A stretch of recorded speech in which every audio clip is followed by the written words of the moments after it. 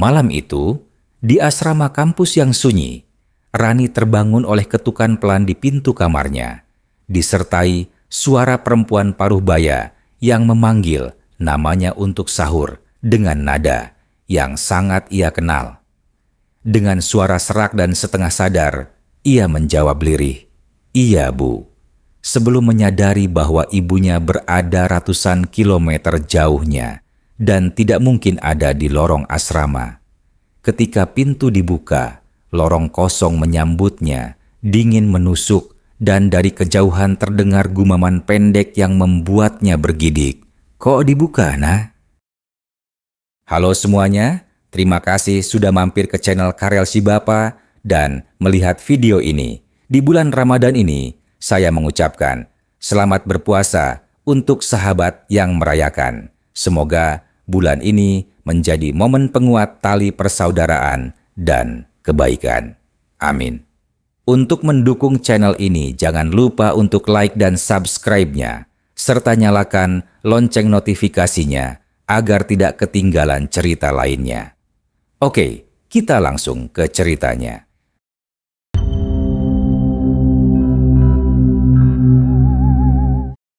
Pagi itu datang dengan cahaya pucat yang menyelinap melalui jendela kamar asrama Rani.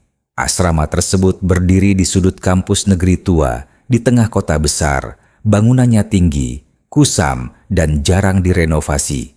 Dindingnya berwarna krem pudar, dipenuhi bekas jamur dan retakan halus yang tak pernah benar-benar diperbaiki. Lorong-lorongnya panjang dan sempit, dengan lampu neon yang sering berkedip tanpa sebab jelas. Bagi mahasiswa tingkat akhir seperti Rani, tempat itu hanyalah ruang singgah murah yang cukup aman untuk bertahan hidup. Rani adalah mahasiswi jurusan sosiologi yang sedang menyusun skripsi tentang kehidupan urban. Ia datang dari kota kecil di Jawa Tengah dan memilih tetap tinggal di asrama demi menghemat biaya. Sehari-hari, hidupnya berjalan monoton antara kampus, perpustakaan, dan kamar sempit berukuran 3 kali 4 meter. Ia dikenal pendiam, jarang bergaul, dan lebih sering menghabiskan waktu sendirian. Kesendirian itu bukan pilihan, melainkan kebiasaan yang terbentuk sejak lama. Sejak memasuki bulan Ramadan, rutinitas Rani berubah sedikit. Ia memasang alarm sahur di ponselnya setiap malam, takut kesiangan dan melewatkan puasa. Biasanya, alarm itu berbunyi tepat pukul 3 dini hari dengan nada digital yang nyaring.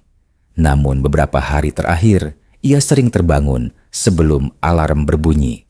Ada perasaan aneh yang selalu membangunkannya lebih awal. Asrama itu tidak sepenuhnya sepi, tetapi terasa seperti selalu menahan napas. Penghuni lantai Rani hanya 3 orang, termasuk dirinya. Di kamar ujung lorong tinggal Siska, mahasiswi ekonomi yang sering pulang larut. Di seberang kamar Rani ada kamar kosong yang sudah lama tidak ditempati. Pintu kamar kosong itu selalu tertutup rapat dan berdebu. Penjaga asrama bernama Pak Sugeng jarang terlihat di malam hari. Ia biasanya duduk di pos kecil dekat pintu masuk sampai pukul 10 malam. Setelah itu, asrama seperti ditinggalkan pada keheningan total. Tidak ada satpam keliling, tidak ada petugas kebersihan, hanya suara angin dan langkah kaki yang kadang terdengar samar. Rani sebenarnya tahu sedikit cerita tentang asrama itu. Katanya, gedung tersebut dulunya adalah rumah singgah dosen era lama. Beberapa kamar pernah dijadikan ruang rawat darurat saat wabah puluhan tahun lalu. Cerita itu ia dengar sepintas dari senior, tanpa detail yang jelas. Rani tidak pernah terlalu memikirkannya. Malam sebelum kejadian ketukan itu, Rani tidur lebih cepat dari biasanya. Ia kelelahan setelah seharian revisi skripsi. Ponselnya ia letakkan di samping bantal dengan alarm sudah aktif. Lampu kamar dimatikan, hanya menyisakan cahaya kota dari jendela. Tidak ada firasat apapun sebelum ia terbangun. Setelah kejadian dini hari itu, Rani mencoba meyakinkan dirinya bahwa ia hanya berhalusinasi. Ia duduk di tepi kasur sambil menenangkan napasnya. Jam di dinding menunjukkan pukul 3:10. Alarm di ponselnya belum berbunyi. Hal itu membuatnya semakin bingung. Pagi harinya, ia bertemu Siska di dapur bersama. Dengan ragu, Rani bertanya pelan, "Tadi malam kamu dengar orang ketuk pintu enggak?" Siska menggeleng sambil menuang air panas. "Enggak, aku pakai headset semalaman." Jawaban itu terdengar wajar, tetapi tidak menenangkan Rani. Ia masih merasa suara itu terlalu nyata untuk sekadar mimpi. Rani juga sempat bertanya pada Pak Sugeng. Penjaga tua itu mengernyit ketika mendengar ceritanya. "Jam segitu saya sudah pulang, Mbah," kata Pak Sugeng singkat. Ia tidak menambahkan apapun, seolah enggan melanjutkan pembicaraan. Sikap itu justru membuat Rani merasa ada yang disembunyikan. Hari-hari berikutnya berjalan normal di permukaan. Rani tetap kuliah, menulis skripsi, dan pulang ke kamar yang sama. Namun, setiap malam ia tidur dengan perasaan waspada. Ia sering terbangun oleh suara kecil yang tidak jelas asalnya. Kadang seperti langkah, kadang seperti desahan napas. Di dalam dirinya, rasa penasaran mulai tumbuh perlahan. Rani menyadari kelemahannya sendiri. Ia tidak bisa mengabaikan hal ganjil. Semakin ia mencoba melupakan, semakin pikirannya kembali ke suara itu. Suara yang memanggil namanya dengan lembut, seperti seorang ibu. Suara yang terlalu dekat dengan ingatan masa kecilnya. Malam kembali turun dengan sunyi yang sama. Rani mematikan lampu kamarnya dengan jantung berdebar pelan. Ia menatap pintu kayu yang tadi pagi tampak biasa saja. Di balik pintu itu ada ketakutan yang belum terjawab. Dan tanpa ia sadari, sesuatu sedang menunggu waktu yang tepat untuk kembali mengetuk. Malam ketiga, Ramadan datang dengan udara yang lebih lembab dari biasanya. Rani terbangun sebelum pukul 3 dengan dada terasa sesak tanpa sebab jelas. Lampu kamar masih mati, tetapi matanya langsung tertuju ke pintu. Tidak ada ketukan, hanya keheningan yang terasa terlalu padat. Ia berbisik pada dirinya sendiri bahwa kali ini semuanya akan baik-baik saja. Beberapa menit berlalu dengan lambat. Detak jam dinding terdengar lebih keras dari biasanya. Rani meraih ponselnya dan melihat layar menyala redup. Alarm sahur masih aktif dan belum berbunyi. Ia mencoba memejamkan mata kembali. Saat hampir terlelap, suara itu datang lagi. Ketukan pelan, teratur, seperti ujung jari menyentuh kayu. Tok tok tok, suaranya tidak keras, tetapi sangat dekat. Rani langsung duduk, napasnya tertahan di tenggorokan. Ia tidak berani menjawab kali ini. Suara perempuan itu menyusul dengan nada lembut. "Rani, sahur dulu," ucapnya pelan namun jelas. Nada itu hangat, penuh perhatian, dan terdengar akrab. Rani menutup mulutnya dengan tangan agar tidak spontan menjawab. Keringat dingin mengalir di pelipisnya. Ia menatap layar ponsel yang menunjukkan pukul 2:58. Alarm belum berbunyi, tetapi suara di luar pintu terasa sangat yakin. Ketukan itu berhenti, digantikan suara napas halus. Seolah seseorang berdiri tepat di balik daun pintu. Rani merasakan dorongan aneh untuk membuka. Dalam kepalanya, ia mengulang wajah ibunya. Ia mengingat cara ibunya membangunkannya sahur di rumah dulu. Nada suaranya, jeda kalimatnya, bahkan desahan kecil sebelum berbicara. Semua itu terasa sama dengan suara di balik pintu. Kesadaran itu justru membuat Rani semakin takut. Dengan tangan gemetar, Rani bangkit dari kasur. Ia melangkah pelan mendekati pintu tanpa menyalakan lampu. Setiap langkah terasa berat, seolah lantai menahan kakinya. Ketika jaraknya tinggal 1 meter dari pintu, suara itu berhenti. Keheningan kembali menekan telinga. Rani berdiri mematung selama beberapa detik. Ia menunggu suara ketukan kembali, tetapi tidak ada apapun. Lorong di balik pintu terasa sunyi dari balik kayu. Perlahan, ia mundur dan kembali ke kasur. Tangannya mencengkeram selimut erat. Alarm akhirnya berbunyi nyaring. Suara digital itu membuat Rani terlonjak. Ia segera mematikan alarm dan menarik napas panjang. Tidak ada lagi suara ketukan setelah itu. Namun rasa aman tidak ikut kembali. Pagi harinya, Rani terlihat pucat saat keluar kamar. Siska menyapanya di lorong dengan ekspresi heran. "Kamu kelihatan nggak tidur," kata Siska sambil menenteng tas. Rani ragu sejenak sebelum menjawab. Semalam ada yang ketuk lagi. Siska berhenti melangkah dan menatap Rani serius. "Ketuk lagi maksudnya gimana?" tanya Siska pelan. Rani menceritakan semuanya tanpa dilebihkan. Nada suara, waktu kejadian, dan ketukan yang sama persis.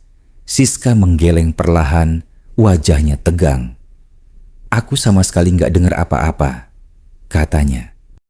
Percakapan itu terputus ketika Pak Sugeng muncul dari ujung lorong. Penjaga asrama itu membawa sapu dan berjalan perlahan. Rani memberanikan diri memanggilnya. "Pak, semalam ada yang keliling bangunin sahur?" tanya Rani. Pak Sugeng berhenti dan menatap Rani lama. Wajah tua itu tampak ragu sebelum menjawab.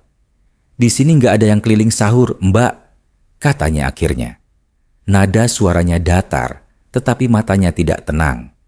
Rani ingin bertanya lebih jauh, tetapi Pak Sugeng sudah melangkah pergi. Ada kesan menghindar yang jelas terasa. Hari itu Rani sulit berkonsentrasi di kampus. Kata-kata dosen terdengar jauh, seperti gema. Pikirannya terus kembali pada suara perempuan itu. Ia mulai mencari cerita tentang asrama di internet. Beberapa forum lama menyebutkan kejadian aneh yang serupa. Ada yang menulis tentang suara ibu memanggil anaknya di malam hari. Ada pula cerita tentang penghuni yang membuka pintu dan jatuh sakit. Tidak ada penjelasan pasti dalam cerita-cerita itu. Sebagian besar berakhir dengan penghuni pindah tanpa banyak bicara. Rani menutup laptop dengan tangan gemetar. Malam berikutnya, hujan turun deras. Suara air menghantam jendela, menambah rasa terisolasi. Rani memutuskan untuk tetap terjaga hingga sahur. Ia duduk bersandar di dinding dengan lampu menyala. Matanya tidak lepas dari pintu. Waktu berjalan lambat, mendekati pukul 3. Rani mulai mengantuk, meski berusaha melawan. Kelopak matanya terasa berat. Ketika hampir terpejam, listrik tiba-tiba padam. Kamar langsung gelap total. Dalam gelap, suara ketukan itu terdengar lagi. Kali ini lebih pelan, tetapi lebih dekat. Suara perempuan itu berbisik, "Kamu belum makan, nak?" Nada suaranya terdengar kecewa. Rani memeluk lututnya sambil berbisik, "Pergi." Ketukan berubah menjadi gesekan halus, seperti kuku menyapu permukaan kayu. Rani menutup telinganya, tetapi suara itu tetap masuk. Napasnya memburu dan air matanya menetes. Ia merasa sedang diuji oleh sesuatu yang tidak ia pahami. Lampu menyala kembali tanpa peringatan. Suara di balik pintu langsung lenyap. Rani terduduk lemas di lantai. Di dadanya, detak jantung masih belum teratur. Ia tahu ini bukan lagi kejadian biasa. Sejak malam itu, Rani sadar bahwa misteri ini tidak akan berhenti dengan sendirinya. Ada sesuatu yang secara khusus memanggilnya. Ada pola yang mulai terbentuk. Dan semakin ia mencoba bertahan, semakin kuat gangguan itu terasa. Tanpa ia sadari, langkahnya sudah terlalu jauh untuk mundur. Hujan masih menyisakan bau tanah basah ketika pagi datang. Rani bangun dengan kepala berat dan mata sembab. Ia merasa tubuhnya seperti tidak benar-benar beristirahat. Bayangan suara semalam masih tertinggal di telinganya. Setiap kali mengingat bisikan itu, tengkuknya terasa dingin.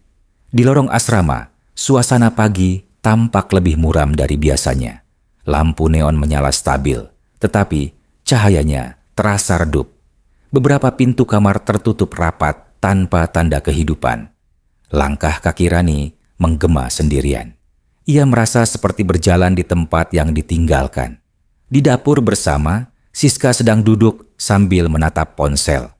Wajahnya tegang, berbeda dari biasanya. Rani menyapanya pelan, "Kamu kenapa?" Siska mengangkat kepala dan menelan ludah. "Tadi malam, aku mimpi aneh," katanya lirih. Siska menceritakan mimpinya dengan suara bergetar. Dalam mimpi itu, ada perempuan tua berdiri di lorong. Perempuan itu memanggil nama Rani berulang kali. Tangannya menunjuk ke arah kamar kosong. Rani mendengarkan dengan napas tertahan. "Yang bikin aku takut," lanjut Siska, "suaranya kayak orang bangunin sahur." Rani merasakan darahnya mengalir lebih cepat. Ia tidak menceritakan kejadian listrik padam tadi malam. Ada rasa bersalah karena melibatkan Siska secara tidak langsung, namun misteri ini mulai menyentuh orang lain. Siang hari, Rani memberanikan diri menemui Pak Sugeng lagi. Ia menemukannya di pos penjagaan, duduk sendirian. Rani langsung berkata, "Pak, asrama ini dulu kenapa?" Pak Sugeng terdiam lama sebelum menjawab. Tangannya mencengkeram tongkat kayu erat. "Tidak semua cerita perlu dibuka," katanya akhirnya. Nada suaranya rendah dan berat.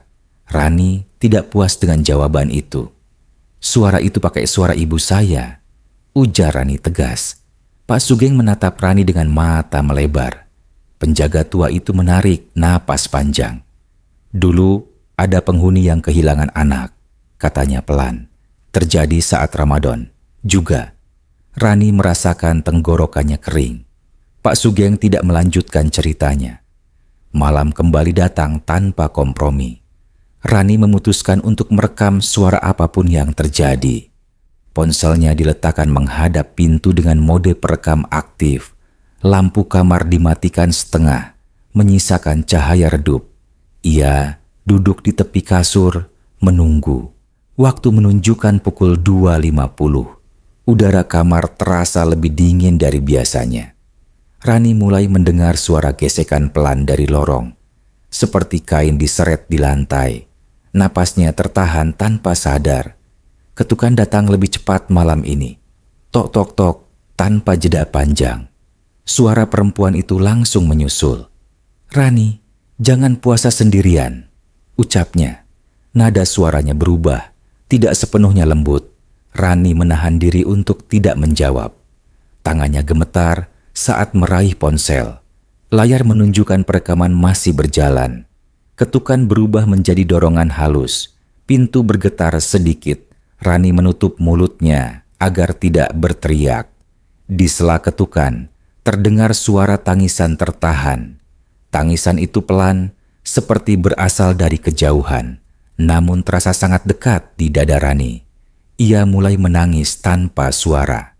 Tiba-tiba, suara dari kamar seberang terdengar. Siska membuka pintu dan berseru, "Siapa itu?"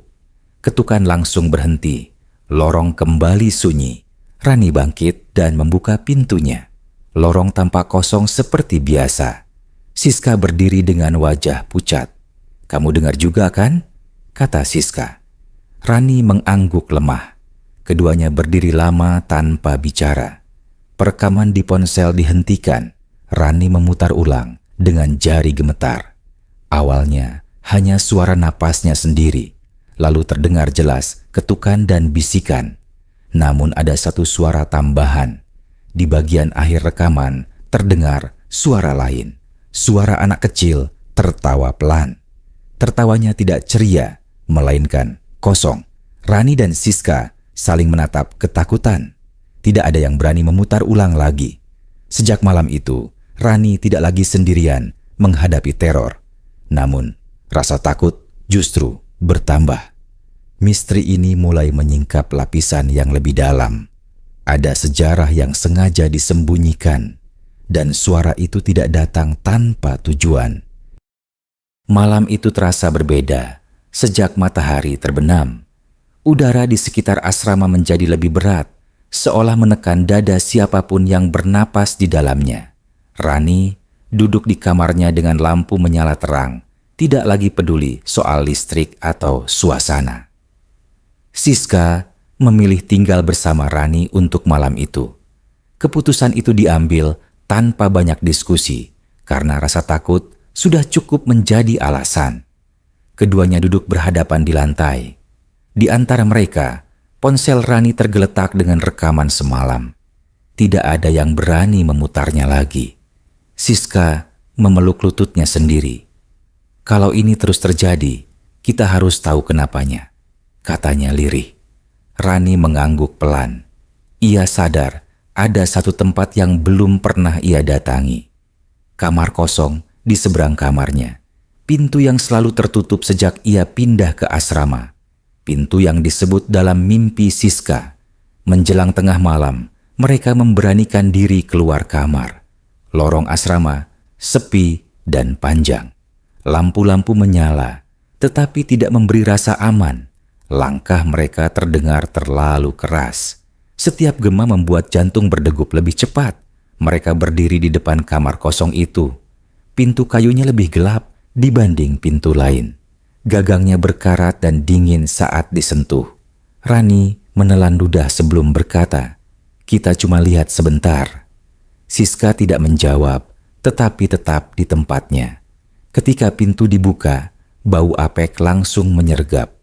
Udara di dalam kamar terasa pengap.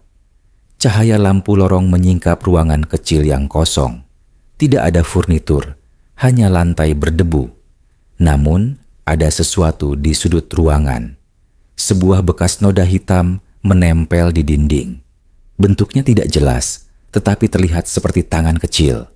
Rani mendekat dengan langkah gemetar. Dadanya terasa sesak. Ia merasa ruangan itu menyimpan kesedihan lama. Di balik noda itu ada bekas goresan di dinding. Tulisan samar yang hampir tidak terbaca. Siska menyentar dengan ponselnya. Tulisan itu berbunyi, "Jangan dibuka." Kata-kata itu membuat mereka saling menatap. Tiba-tiba, lampu lorong padam serempak.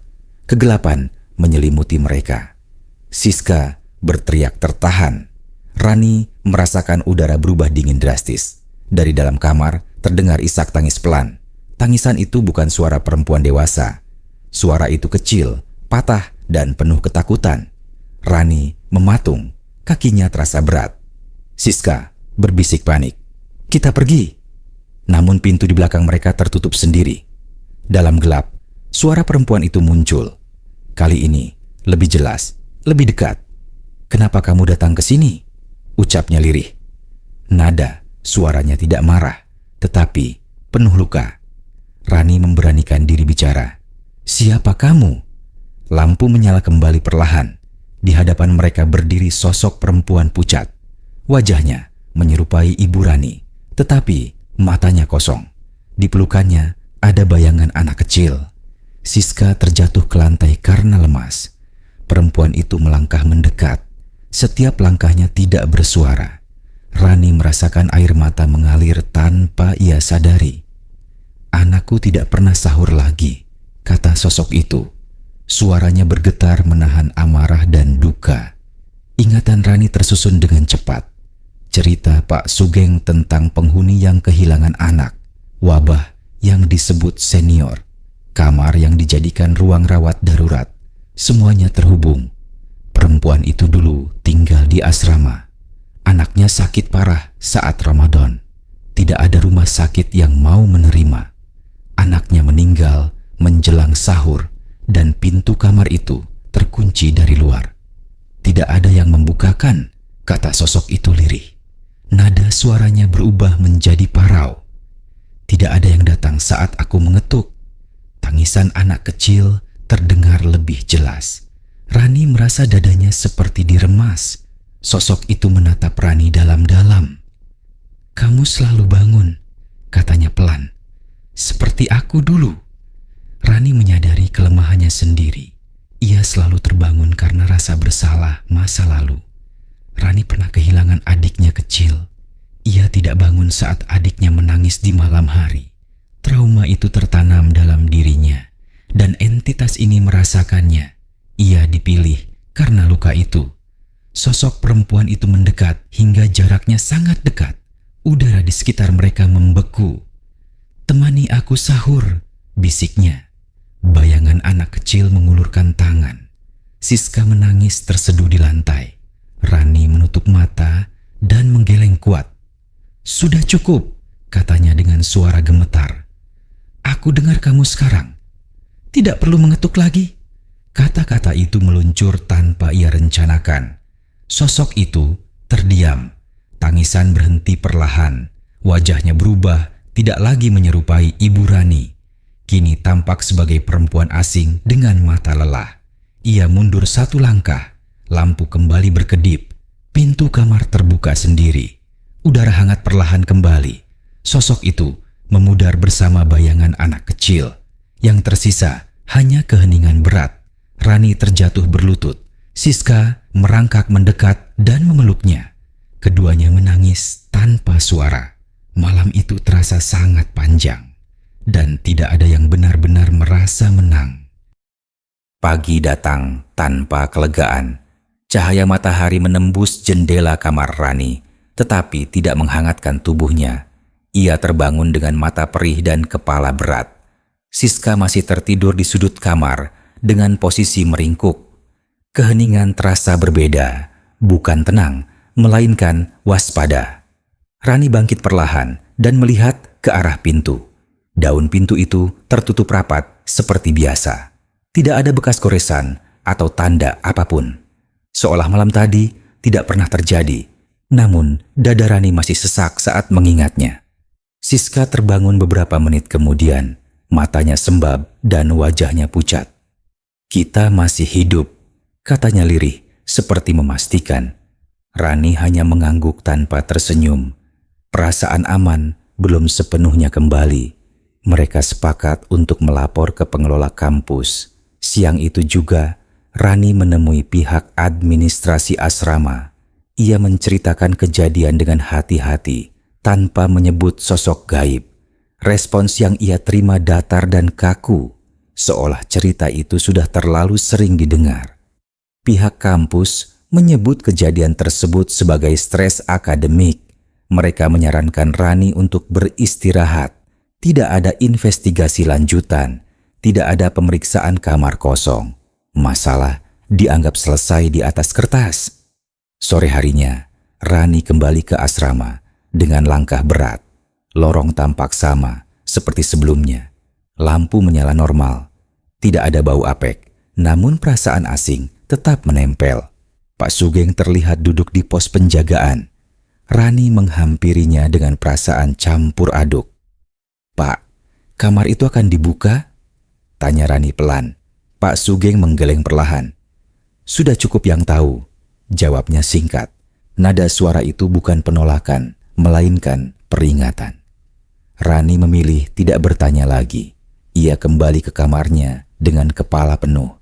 Siska memutuskan pulang ke rumah orang tuanya untuk sementara. Rani kini sendirian lagi. Malam pertama, setelah kejadian itu terasa aneh. Tidak ada ketukan, tidak ada suara sahur palsu. Alarm ponsel berbunyi tepat waktu. Rani sahur dalam diam. Malam kedua pun berlalu tanpa gangguan. Rani mulai percaya bahwa semuanya telah berakhir. Ia kembali fokus pada skripsinya. Tidurnya mulai lebih nyenyak. Rasa takut perlahan mereda. Namun, pada malam keempat, sesuatu berubah. Rani terbangun sebelum alarm lagi. Bukan karena suara ketukan, melainkan karena perasaan diperhatikan. Ia membuka mata dengan napas tertahan. Kamar masih gelap, lampu mati, udara terasa dingin menusuk. Rani memandang pintu dengan jantung berdegup cepat. Tidak ada suara dari luar. Ia menghela napas lega dan duduk. Mungkin hanya mimpi buruk. Namun saat itu, ponselnya bergetar. Alarm belum menyala. Ada notifikasi masuk. Layar ponsel menampilkan rekaman suara. File baru dengan waktu perekaman pukul 2.55.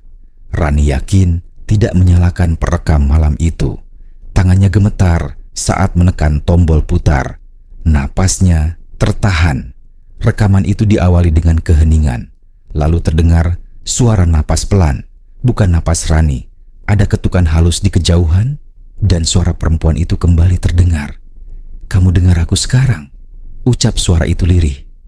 Nada suaranya tidak marah, tidak pula sedih, hanya datar dan pasti, seolah sebuah janji. Rekaman berhenti sendiri. Rani menjatuhkan ponsel ke kasur. Dadanya bergetar hebat. Ia menyadari satu hal yang terlambat. Ia tidak pernah benar-benar menolak. Ia hanya mendengarkan, dan mendengarkan berarti membuka ruang. Bukan untuk pintu kayu, melainkan untuk ingatan dan luka. Untuk sesuatu yang tidak ingin dilepaskan. Di luar kamar, lorong tetap sunyi. Namun di kejauhan, samar terdengar langkah kecil. Langkah yang tidak tergesa. Langkah yang tahu arah. Langkah menuju pintu Rani. Rani memeluk lututnya di atas kasur. Matanya tertuju pada pintu tanpa berkedip. Alam sahur belum berbunyi, namun suara itu kembali memanggil pelan. Dengan nada yang kini terasa akrab. Tidak ada ketukan malam itu. Tidak ada dorongan pintu. Hanya satu bisikan yang sangat dekat. "Terima kasih sudah bangun." Dan Rani tahu ini belum selesai. Demikianlah cerita horor pada video kali ini. Terima kasih sudah menonton video ini. Jangan lupa untuk komen, like, dan subscribe-nya.